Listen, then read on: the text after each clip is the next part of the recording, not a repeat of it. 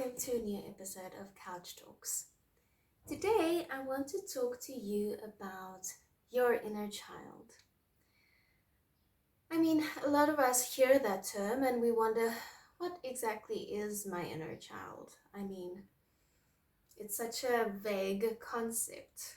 But inner child mainly just refers to that part of us that's spontaneous, that's full of laughter, full of fun, that does something impulsively without really analyzing things. As we grow up and as we grow older, we are conditioned by this world and this reality we're in to do things in a specific way and to analyze things and to, there's some things are appropriate, some things are not appropriate to behave in specific ways. Where children, they don't have that programming yet, if we can call it that. So if you just look at little children, they do whatever it is that they want to do in that moment. So if they want to touch you or kiss you or hold your hand or even slap you or whatever, they do that.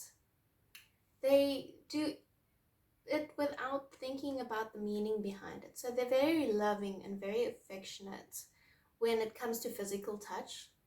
And they don't really have any fears, especially in terms of social anxiety or social fears.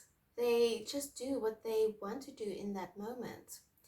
And if you think back about when you were a child, the stuff that you believed in with such passion, like the Tooth Fairy or Father Christmas or all of those made up stories that we believed in when we were children, and we wholeheartedly believed in the magic of it all.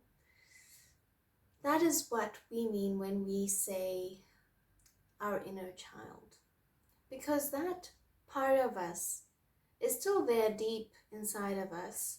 We've just been programmed to act in a specific way or to do things differently or to overanalyze.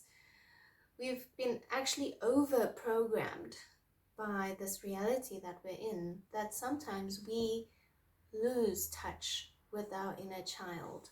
That spontaneity is no longer there. We don't have that capacity to just believe in things anymore. And we don't give out physical touch or love as we would when we were children. We judge people. Children don't judge because they have no previous reference or conditionings to judge people. They don't see danger also. And there's some things physically frightening. They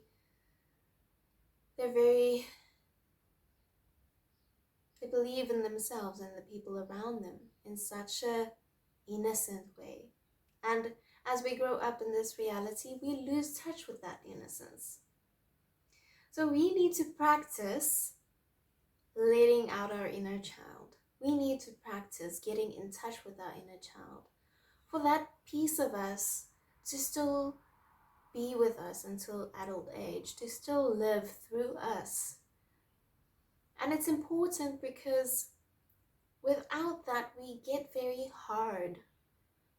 We get very critical, judgmental.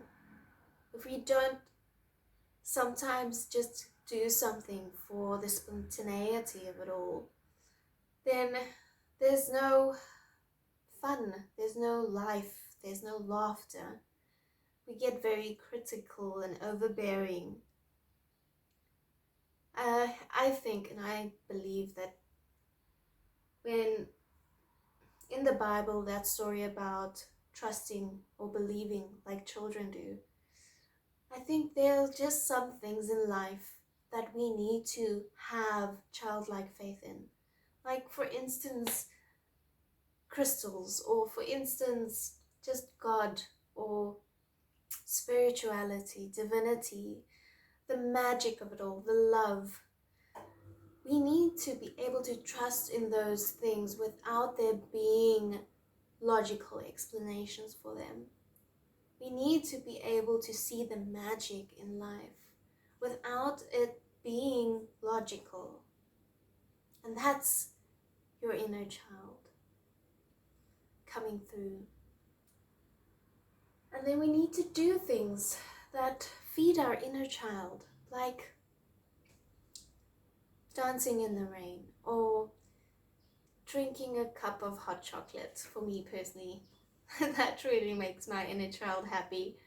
Or another one that my inner child just loves is skipping. Whenever I feel so happy, and skipping and running and turning, and if I could cartwheel, I would cartwheel, but I suck at cartwheeling.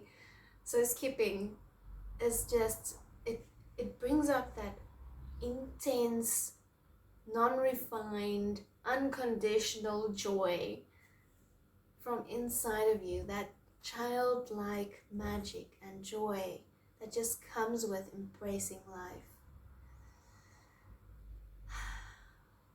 So I want to encourage you to be spontaneous sometimes. You don't have to be an adult all the time. You can do things that are fun and that are non-logistical and that are just in the instant of the moment.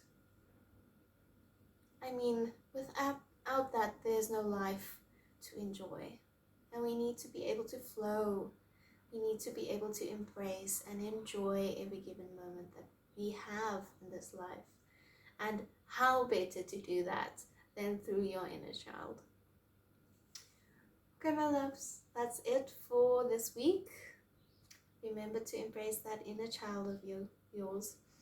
And then I will chat to you guys again in a week's time. Okay, all my loves.